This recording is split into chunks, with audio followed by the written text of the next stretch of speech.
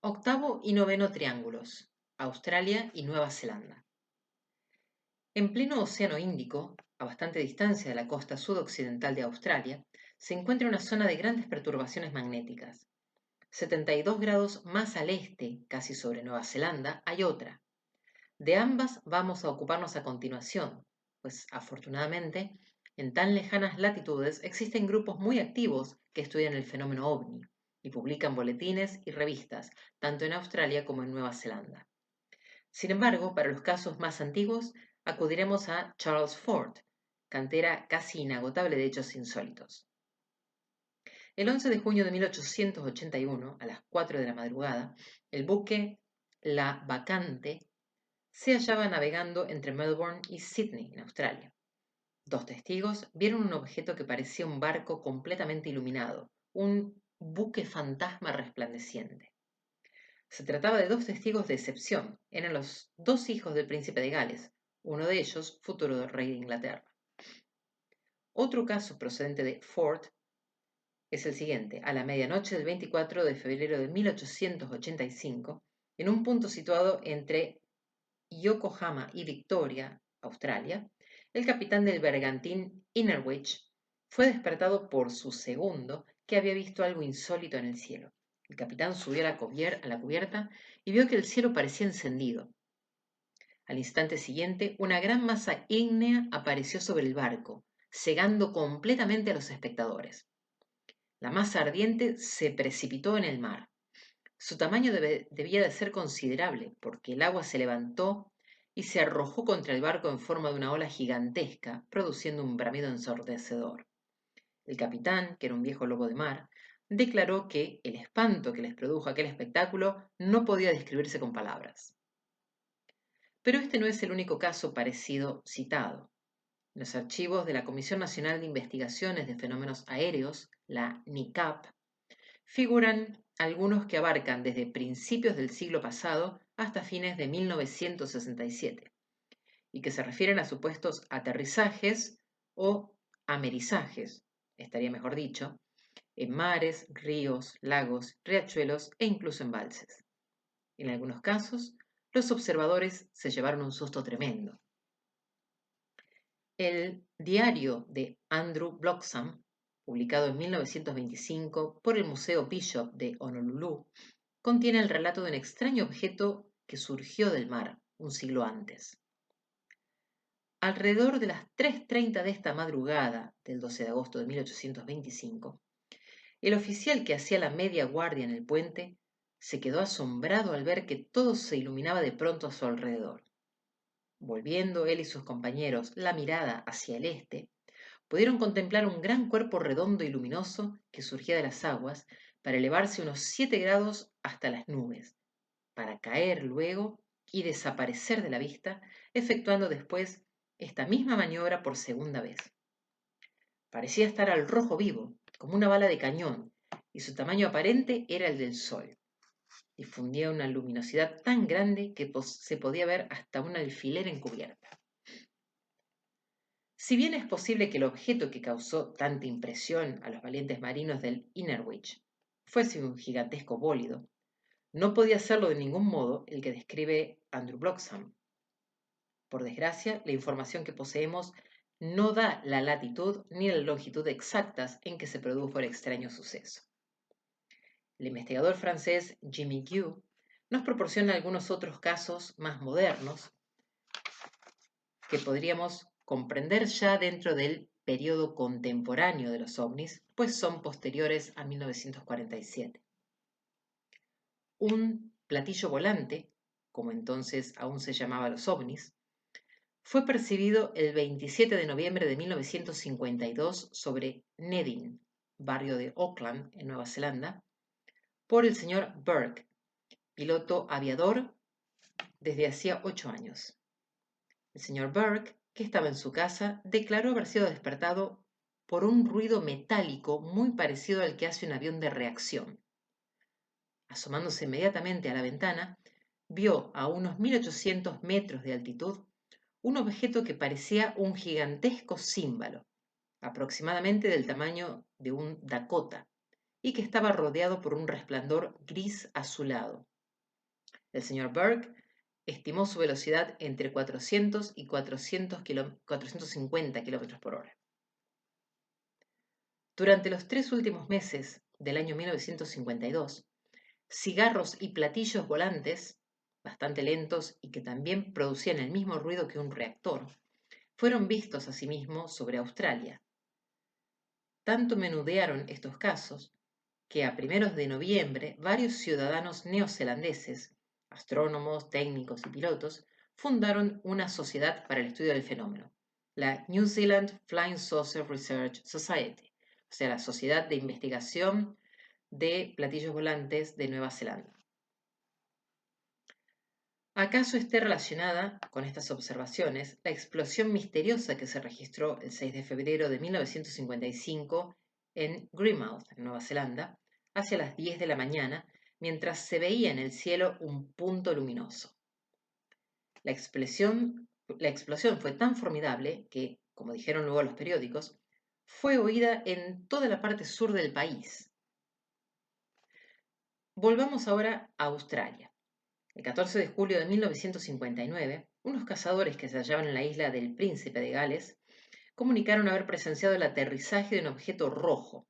Otros cazadores vieron un objeto similar en el refugio de Karumba.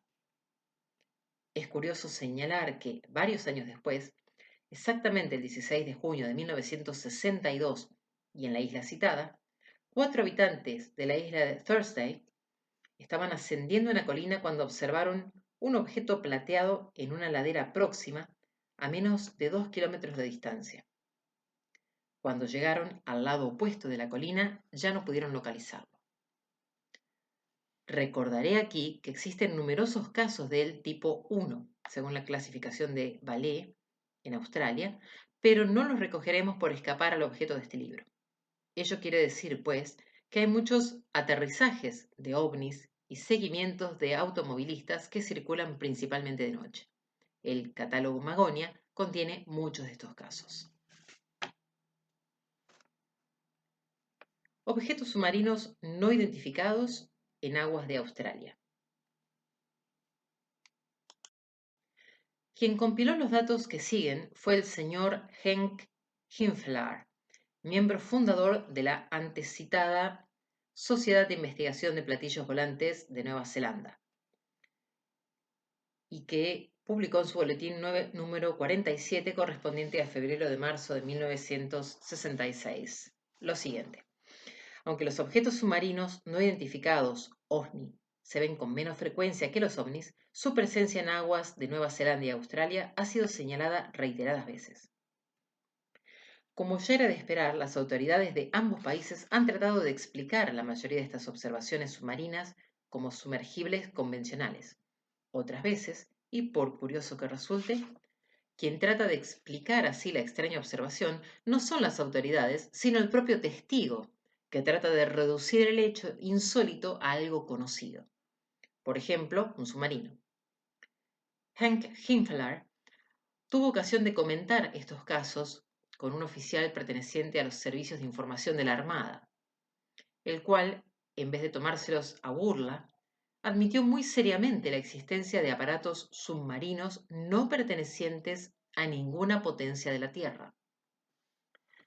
Las autoridades navales de ambos países estudian y sopesan cuidadosamente estas observaciones, y tal como por su parte hace la aviación, consideran que un objeto es no identificado cuando no puede aplicársele ninguna explicación normal.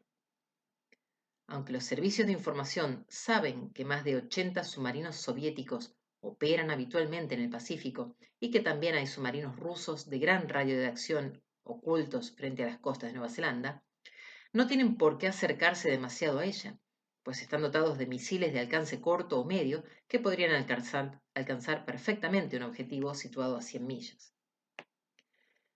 Pero pasemos a las observaciones de ovnis recopiladas por Hinflaar. 12 de enero de 1965. El capitán K, perteneciente a una compañía aérea, estaba efectuando un vuelo de entrenamiento sin pasajeros entre Winuapai, aeropuerto de Auckland, y Kaitaia, localidad situada al norte de Auckland. Además del capitán K, se hallaban en el aparato el primer oficial y el oficial de operaciones. El avión despegó de Buenaupai a las 11 de la mañana y tenía que llegar a Kaitaia a las 12:10. El capitán K decidió volar visualmente, siguiendo la línea de la costa a baja altura. Al aproximarse a la extremidad sur del puerto de Kaipara, al norte de Helensville, descendió a 500 pies para ver mejor lo que pudiera encontrar en su ruta de vuelo. El avión que pilotaba era un DC-3. El puerto estaba con marea baja y el agua de los estuarios y bancos de arena tenía muy poca profundidad. Cuando había recorrido un tercio de la anchura total del puerto, vio en un estuario algo que a primera vista le pareció ser una ballena gris blanquecina encallada. Hizo virar ligeramente el avión a babor para volar más directamente sobre el objeto, y al acercarse más a él, vio que lo que había tomado por una ballena era una extraña estructura metálica. Observó en ella los siguientes detalles. 1. Era perfectamente hidrodinámica y de forma simétrica. 2. No tenía ninguna clase de salientes ni superestructuras. 3. Parecía metálica y creyó distinguir una escotilla en la parte superior, también hidrodinámica o carenada, y aproximadamente a la mitad del cuerpo del objeto. 4. Este descansaba en el fondo del estuario, apuntando hacia el sur. 5. Su forma no era la de un submarino normal. 6. El capitán K calculó su longitud en 30 metros, con un diámetro de 4,5 metros en su parte más ancha. Y 7. No había ni 10 metros de profundidad en el lugar donde descansaba el objeto, que se veía muy claramente. El capitán K no avisó a sus dos compañeros. ¿Por qué no lo hizo? Sencillamente porque en ocasiones anteriores se habían reído de él cuando comunicó hechos de naturaleza parecida. No obstante, en mayo del mismo año, 1965, informó de su observación a la inteligencia naval, donde le confirmaron que, a causa de la configuración del puerto y la costa, así como de la casi inaccesibilidad de los estuarios, el objeto observado no podía ser un submarino convencional. No se sabe si la Marina realizó alguna investigación por su cuenta. El 11 de abril de 1965, dos hombres fueron a la playa de Wonthaggi, situada a 132 kilómetros de Melbourne, para inspeccionar un pesquero hundido. Mientras se hallaban en los acantilados, vieron dos aparatos a una media milla de la costa y los observaron durante un cuarto de hora. Uno de los dos hombres, el señor Banks, dijo: «Vimos dos extraños aparatos a media milla de la costa y a unos 100 metros uno de otro. Su extraño aspecto nos dejó desconcertados, por lo que decidimos sentarnos a observarlos.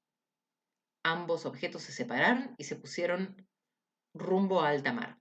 Mientras se alejaban, desaparecieron, y entonces comprendimos que eran submarinos que solo mostraban las torretas». Esta observación fue comunicada a la Marina y un portavoz de la misma comentó: «Una investigación preliminar de este informe sugiere que, en vista del lugar y la configuración de la costa, esos objetos no podían haber sido submarinos». Agregó que los objetos no podían haber sido submarinos británicos ni norteamericanos, pues los sumergibles de la Royal Navy que operaban en Australia se hallaban fondeados en Sydney, y que cualquier movimiento de buques norteamericanos de superficie o submarinos en aguas australianas era comunicado a la Marina Real Australiana. Poco después de esto, y en el breve periodo de 5 días, se comunicaron 3 observaciones de un extraño submarino al norte de Brisbane. El 15 de abril de 1965, dos jóvenes informaron haber visto un objeto cilíndrico u ovalado a 1.200 metros de la costa de Coolum. El domingo 18 de abril, por la noche, dos pescadores fueron seguidos por un gran objeto marino frente a Mululava, cerca de Brisbane. Manifestaron que el aparato medía como unos 30 metros de longitud, tenía un pequeño puente y una cabina en la popa. Un antiguo piloto militar, por su parte, informó haber visto desde el aire un objeto que parecía un submarino en el momento de efectuar una inmersión de emergencia entre Colham y Noosa, dos promontorios que se adentran en el mar. Todas estas observaciones fueron investigadas por un experto submarinista de Sydney, pero la prensa no publicó ningún comentario. Me voy a referir a continuación al incidente de la isla Fraser, que se encuentra en aguas australianas. Ocurrió el 20 de julio de 1965. El piloto civil, señor Adams, y un cámara de televisión refirieron haber visto 4 o 5 objetos misteriosos flotando en el mar a 3 millas al este de la isla Fraser, a la altura de Maryborough, y a 250 kilómetros al norte de Brisbane, alrededor de las 11:30 de la mañana. El señor Adams observó primero los objetos a una distancia aproximada de 8 millas o 13 kilómetros, cuando sobrevolaba la isla Fraser. El tiempo era claro y los objetos parecían 2 enormes maderos oscuros. Eran estrechos y medían unos 30 metros de largo. Mientras dirigía el avión hacia ellos, otros 2 o 3 objetos similares, pero más pequeños, aparecieron cerca de los 2 primeros. No parecían moverse, pero diríase que se sumergieron cuando el avión se encontraba a unos 1500 metros de ellos. Desde el aire parecían estar a un palmo de la superficie del agua, hundiéndose sin crear la menor turbulencia en la superficie. El señor Adams estaba seguro de que los objetos eran demasiado grandes para ser peces o tiburones, y su forma no correspondía a la de las ballenas. El camarógrafo lamentó hallarse demasiado lejos para poder filmarlos. Luego, los propietarios del Hotel Seabrae comunicaron que aquel mismo día habían visto un objeto semejante a unos 800 metros de la costa entre el muelle de Redcliffe y la punta del mismo nombre. Lo observaron durante 10 minutos. Era largo y negro, y sobre él parecía hallarse suspendido un globo igualmente negro. Un portavoz del Departamento de Pesquerías comentó que era muy improbable que fuese una ballena, puesto que estos cetáceos raramente se metían en la bahía de Moreton. Pasemos ahora a Nueva Zelanda. El sábado 13 de noviembre de 1965, 2 pescadores de Bluff, el señor Hanning, de 41 años, patrón del pesquero Elionay, y el señor Johnson, efectuaron la observación siguiente. Habían zarpado de Bluff para ir a visitar las redes para langostas caladas en la zona de la isla Stewart, que es la parte más austral de Nueva Zelanda. A las 11:30 de la mañana se encontraban a media milla de las islas Ragged, en la punta noroeste de la isla Stewart, y fue entonces cuando vieron salir al objeto del agua.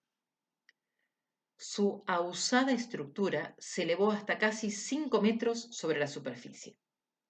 Medía aproximadamente 1,50 metros en la parte superior y unos 3,70 metros en la línea de flotación.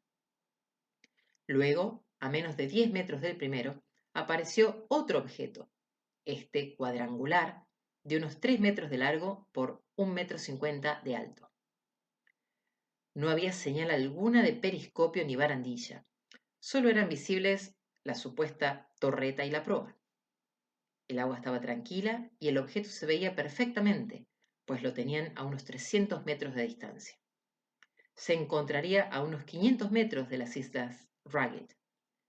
Ambos hombres lo vieron durante unos 10 segundos, hasta que de pronto ambos objetos desaparecieron repentinamente entre unas aguas espumantes. Ambos pescadores quedaron muy impresionados, por no decir asustados. Permanecieron en el lugar unos minutos más, decidiendo de común acuerdo no hacer averiguaciones, y luego el pesquero se alejó a toda máquina. En el lugar donde hicieron la observación había unas 30 brazas de agua y el fondo era arenoso, aunque la costa próxima a las islas Ragged es abrupta y rocosa. Ragged, de hecho, se puede traducir como abrupto. Aquel mismo sábado, al atardecer, el Elionay regresó a puerto y después de comentar de nuevo la observación durante la cena, Los señores Hanning y Johnson telefonearon a Radio Awarus y preguntaron si había submarinos en la zona. A continuación, relataron lo que habían visto y al poco tiempo la Marina se puso en contacto con ellos por teléfono. Al volver a Bluff el martes siguiente, ambos hombres fueron interrogados por oficiales de la Marina. Hanning declaró tajantemente que él sabía lo que era un submarino y que el objeto que ellos habían visto nada tenía que ver con un sumergible convencional, y que tampoco podía tratarse de ballenas o restos flotantes, pues ambos eran marinos experimentados y los hubieran reconocido. Fue entonces cuando dijeron que el objeto era de color negro o parduzco, sin ninguna clase de señales distintivas. La prensa sugirió que ambos hombres habían visto parcialmente un submarino nuclear soviético y que las autoridades navales les habían hecho jurar que guardarían secreto. Pero tanto los dos testigos como la Marina lo negaron. Por medio del subjefe del Estado Mayor Naval, la Marina declaró que era muy improbable que el objeto, fuera este lo que fuese, hubiese sido un submarino, porque ningún sumergible se hubiera atrevido a navegar en aguas sembradas de escollos. Además, no había ningún motivo lógico que justificase la presencia de un submarino en la zona. Poco antes de estos extraños sucesos, el 3 de febrero de este año de 1965, particularmente rico en casos inexplicables, un ciudadano de South Brighton, en Nueva Zelanda, vio una luz en la playa, cerca de Penguin Street, a las 20:45 horas y salió de su coche para observarla. Oyó entonces un silbido modulado y vio elevarse de la playa un objeto de 7 metros de ancho que se inmovilizó a unos 20 metros de altura. Regresó al lugar con otras personas y un perro, que se mostró muy inquieto en un sitio donde la hierba se encontró aplastada. Otro automovilista que circulaba en las proximidades de la avenida Humphrey vio el objeto cuando éste se elevaba sobre South Brighton. ¿Qué extrañas idas y venidas tienen lugar en las aguas de estos dos triángulos? ¿Qué tránsito de misteriosas naves submarinas se efectúa entre ambos? ¿Y qué relación hay entre los objetos submarinos y los objetos aéreos? ¿Forman todos ellos parte de una misma y colosal operación? Aquel año de 1965 se produjo una gigantesca oleada mundial de ovnis, coincidiendo con la oposición o mínima distancia Marte-Tierra, que fue el 12 de marzo, según hemos señalado. Y con esto pasamos a los últimos triángulos. 10º, 11º y 12º triángulos. África del Sur, Pacífico Norte y Pacífico Sur. Solo nos quedan por revisar 3 grandes zonas de perturbaciones magnéticas inexplicables. La que se halla situada frente a la extremidad sureste del continente africano y las 2 zonas de aberraciones magnéticas ubicadas, respectivamente, en las inmensidades líquidas del Océano Pacífico Norte y Océano Pacífico Sur. Especialmente esta última, se halla lejos de cualquier línea de navegación regular. Apenas nada sabemos, pues, de lo que pueda ocurrir allí. Algo al norte de la misma, en los 27 grados 30 minutos de latitud sur, se encuentra la misteriosa isla de Pascua, que yo visité a principios de 1975 al frente de una expedición española llamada Operación Rapa Nui. En la isla de Pascua, totalmente volcánica y compuesta por lavas y cenizas, existe una inexplicable perturbación magnética, señalada en las cartas marinas, en la costa norte. ¿Un gigantesco meteorito de ferroníquel que allí quedó enterrado? Quizás de ello me ocupo detalladamente en mi libro que lleva el mismo título que nuestra expedición, Operación Rapa Nui. En cuanto al óvalo de aberraciones magnéticas del Pacífico Norte, este se encuentra formando el vértice de un gigantesco triángulo imaginario, cuyos otros 2 vértices serían la costa de California por el este y las islas Aleutianas por el noroeste. Al borde de las islas Aleutianas, precisamente, existe un estrecho surco o fosa marina de gran profundidad. Además, Esta cadena, compuesta por unas 80 islitas, pertenecientes administrativamente al territorio norteamericano de Alaska, posee numerosos volcanes de tipo explosivo todavía en actividad. Nos hallamos, pues, de nuevo en presencia de una zona de fractura que presenta fenómenos de vulcanismo y grandes fosas marinas, como ocurre en el Mar del Diablo, extremo oriental. Esta guirnalda de islas de 1.700 kilómetros de longitud está arqueada armoniosamente. Poseo una sola observación en mis archivos, procedente de esta gran parte del mundo, pero es altamente significativa. En marzo de 1945, 14 marineros pertenecientes a la dotación del transporte de ataque Delaroff de la US Navy vieron surgir del mar una esfera oscura que, después de seguir una trayectoria curva y dar una vuelta alrededor del barco, se alejó volando. Esta noticia fue recogida por la NICAP en su excelente compilación de UFO Evidence, la evidencia ovni, realizada por Richard Hall. Vayamos ahora a África del Sur. En la República Sudafricana se han efectuado numerosas observaciones de ovnis y bastantes casos de aterrizaje que han podido ser conocidos y divulgados gracias a diversas organizaciones de estudiosos allí existentes. Una de ellas publica el excelente boletín Skywatch.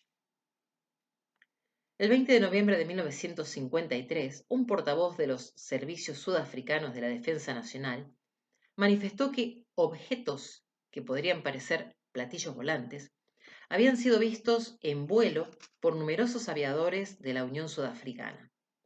Numerosos observadores de tierra habían confirmado conjuntamente estos hechos con su propio testimonio. Según un despacho procedente de Pretoria, dicho portavoz declaró: poseemos descripciones precisas de un fenómeno visto por oficiales experimentados, adiestrados para esquivar ingenios teledirigidos que se desplacen a gran velocidad. Un oficial del Estado Mayor declaró a la prensa que la autenticidad de la mayoría de estos testimonios no podía ponerse en duda. Con posterioridad a estas declaraciones, se produjeron rumores o fugas entre los medios bien informados de la Unión Sudafricana. Una de estas fugas se refería a una observación que se remontaba al 23 de mayo de 1952. Dicho día, las autoridades militares señalaron por 6 veces consecutivas el paso sobre la península de El Cabo de un objeto misterioso que volaba a 2.045 kilómetros por hora a una altitud que oscilaba entre 1.500 a 4.000 metros. Este ingenio, detectado al radar por 2 oficiales, no pudo ser distinguido en el cielo. De ello se desprende que el radar, pues, había registrado el paso de una masa invisible. He mencionado el hecho de que en esta zona del globo se han registrado numerosos aterrizajes de ovnis. Terminaremos nuestra relación con uno de ellos a modo de ejemplo. Ocurrió el 15 de septiembre de 1965 a las 12 de la noche en la localidad sudafricana de Silverton. 2 policías, John Locken y Koos de Klerk, se hallaban de patrulla en la carretera de Pretoria a Bronkhorstspruit, cuando 2 faros de su coche iluminaron un disco cobrizo y de 10 metros de diámetro posado en la carretera. 10 segundos después, el objeto despegó en medio de grandes llamaradas y a gran velocidad. El alquitrán de la carretera estuvo ardiendo algún tiempo. Hemos llegado, amigo lector, al fin de nuestro largo periplo por los 12 triángulos de la muerte que jalonan a intervalos regulares la superficie de nuestro planeta, del que tan poco sabemos aún y que tantos misterios encierra todavía. Quizás algún día sepamos cuál es la verdadera naturaleza de estas misteriosas zonas. Entre tanto, estudiemos e investiguemos.